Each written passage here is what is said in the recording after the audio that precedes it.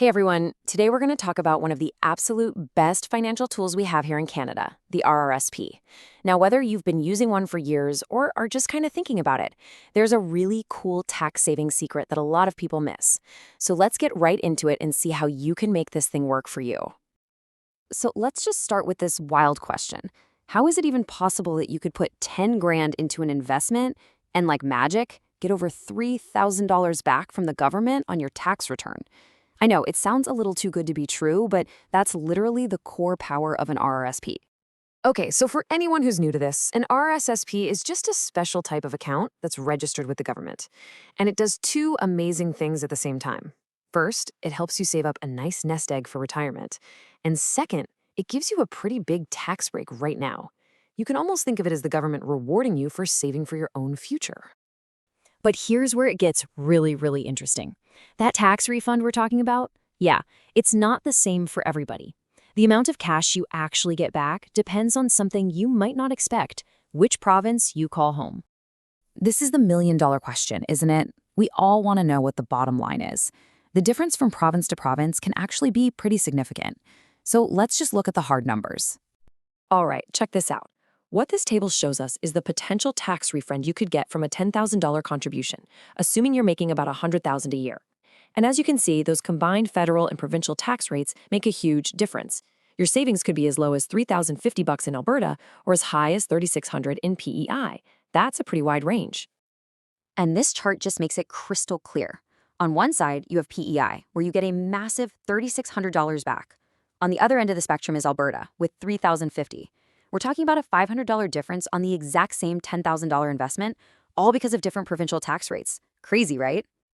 You know, that instant tax refund is awesome, but it's really just the appetizer. The RRSP has so many other benefits that work together to help you build wealth over the long haul. So let's dig into the main course and see what else makes the RRSP so powerful. So here's the basic mechanic of how it works. Every single dollar you put into an RSP gets subtracted from your taxable income for the year. So if you earn $100,000 and you contribute $10,000, the government only taxes you as if you made $90,000. That simple deduction is what triggers that big refund we just saw. Now this next part, this is where the real magic happens. It's called tax-deferred growth.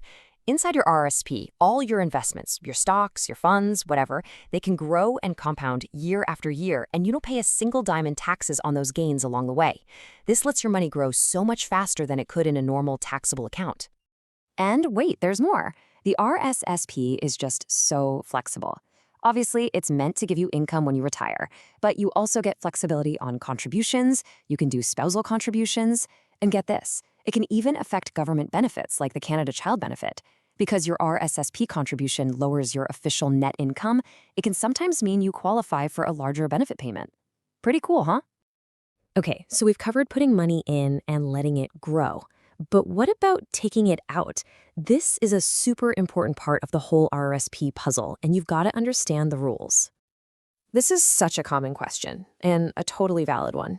You know, life happens. Sometimes you might need to get your hands on that money earlier than you planned. So, can you do it? And what happens if you do? The short answer is yes. You can take money out of your RSSP anytime. But there's a catch. First, when you withdraw, your bank has to immediately hold back a chunk of it.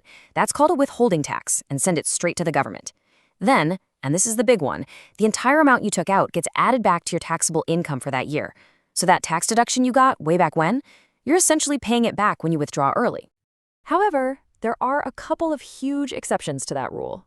The government actually lets you borrow from your RRSP tax-free for two big life events: buying your first home using the Home Buyer's Plan and paying for education with the Lifelong Learning Plan. For these specific things, you can use the money without getting hit by taxes right away, as long as you pay it back into the RRSP over a set period. Okay, let's fast forward. You've worked your whole life, you've saved like crazy, and now you're finally ready to retire. This is when your RSSP starts its next big chapter. This timeline lays out the whole journey perfectly. During your working years, you contribute, you invest, you let it grow. Then, by the end of the year you turn 71, you have to convert your RSP into something called an RIF, a Registered Retirement Income Fund. And that's the thing that officially turns your savings into retirement paychecks. So once your money is in that RIF, the game completely changes. Instead of putting money in, you have to start taking it out.